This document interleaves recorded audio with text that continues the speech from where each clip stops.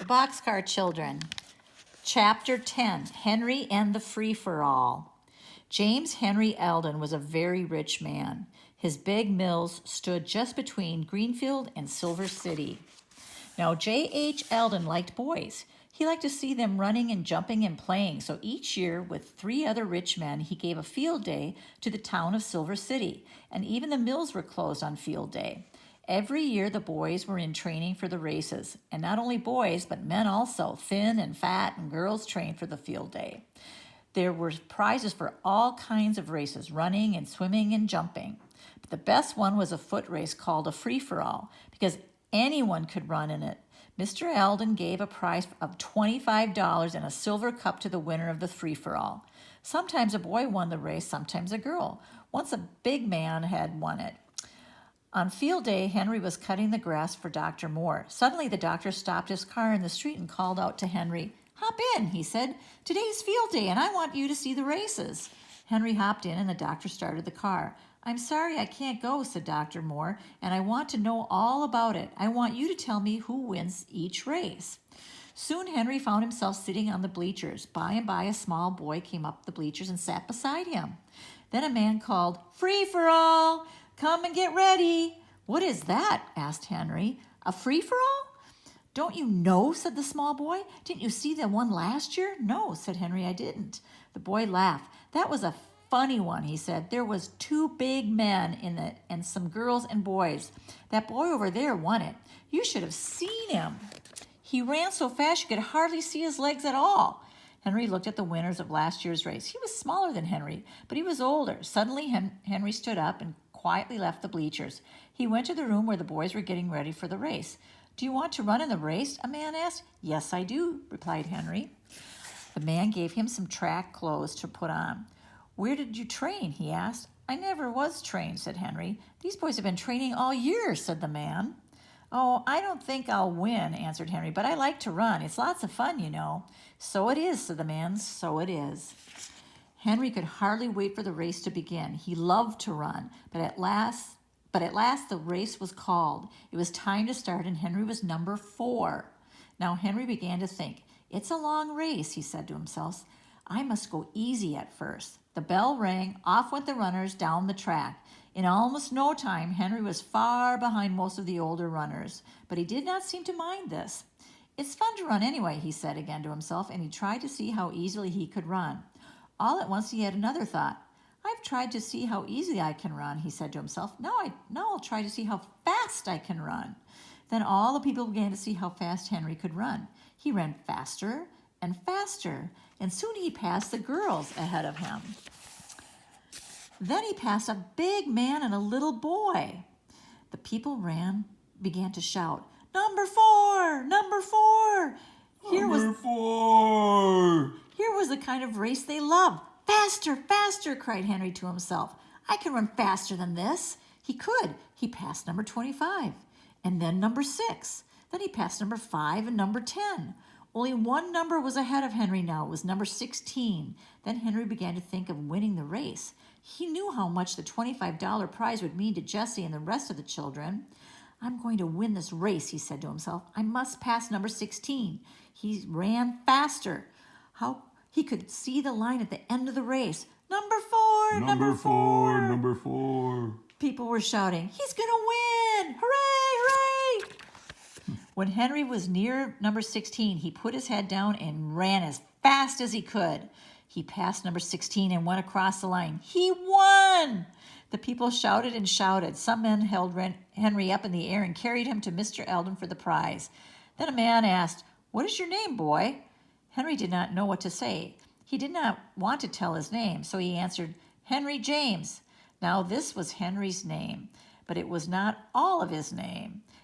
At once the big sign said, "Henry James, number 4, winner of the free-for-all." "Here is the prize, Henry James," said Mr. Eldon. "You can run well, my boy. I like to see you run." He gave Henry a silver cup and $25. Then he shook his hand. Just then Dr. Moore came along and climbed up the bleachers, but Henry did not see him. The doctor laughed to himself as Henry shook hands with James Henry. At last, Henry got away from the people and started back to Dr. Moore's. He had the $25 prize in his pocket. When Dr. Moore came home and found Henry cutting the grass, he laughed quietly to himself. I just got home, said Henry. I'll tell you who won all the races. Dr. Moore did not tell Henry that he had been up in the bleachers. He let Henry tell him all about the races. And who won the free-for-all, he asked. I did, said Henry. You did? Said Dr. Moore. Good for you. What are you going to do with all that money? I'll give it to Jessie, answered Henry. Good, said the doctor. When Henry arrived at the boxcar with the $25, he found dinner ready. Jessie had boiled the rest of the vegetables and put a butter on the top. The children began to eat, but hungry as they were, they stopped when Henry told them about the race and showed them the silver cup. They were so excited they couldn't eat. You won the race? Cried Jessie. Oh, I am so glad. You can run fast, Henry, said Benny. I'm glad you won the race, too. He looked at the silver cup. I said my name was Henry James, said Henry. That's right, said Jessie. So it is. You didn't have to change it. Are we rich now, Henry? Asked Benny. No, not very, said Henry, laughing. By the way, I bought something for supper. Jessie looked in the bag. There were some big, fat, brown potatoes in it. Oh, I know how to cook these, cried Jessie happily. They will be good. You just wait. I can't wait, said Henry, laughing. Then he went back to work. After dinner, Benny played around with the dog. Benny, said Jessie suddenly as she hung her dish towel up to dry, it's high time you learned to read. No, said Benny. No school now. Jessie laughed. No, she said, you can't go to school, but I can help you. I wish I had a book. We could make a book, said Violet. We have all the papers left from the bundles. So we could, said Jessie. But what would we use to make the words? We could use a burnt stick out of the fire, said Violet. So Jessie put the end of a long stick into the fire and burned it black. Then she used the burnt end to make words. Won't Henry be glad when he finds Benny can read? Cried Violet. Now, Benny did not want to learn to read, but he liked to watch the girls make the book. Jessie made the words see me in the book. She called Benny, but he could not tell see from me. Don't you see, Benny, said Jessie. This one has an S, it says see. This one has an M, it says me. But Benny did not see it. It is too hard for me, he said. I'll tell you, Jessie, said Violet at last. Let's make C on one paper and me on the other. That's the way that they do it in school. Then have him point to C. The girls did this. They called Benny, and Jessie showed him again, very carefully, the word that said C. Then she put the two words down on the ground. Now, Benny, point to C, said Jessie.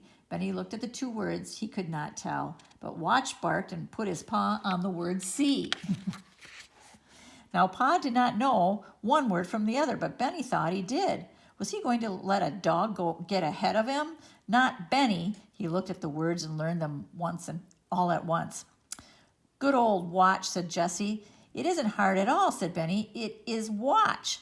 Before supper, Benny could read, see me run.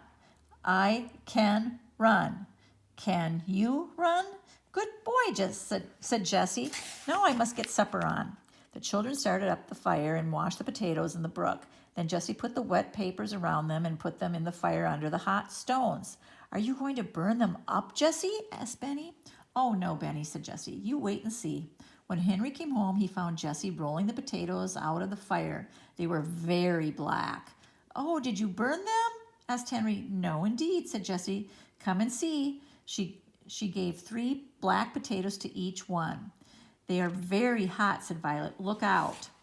Open them, said Jessie, and take out the potato with a spoon. Then put butter on it and some salt.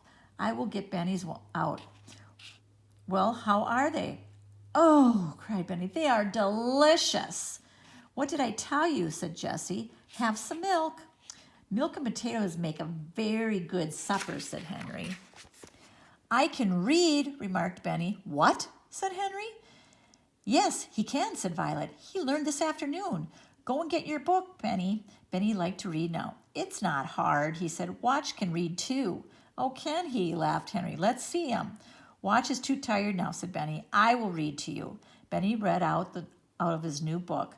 Good old Benny, said Henry. Come to bed now. You must be tired with all that work, and I am tired too.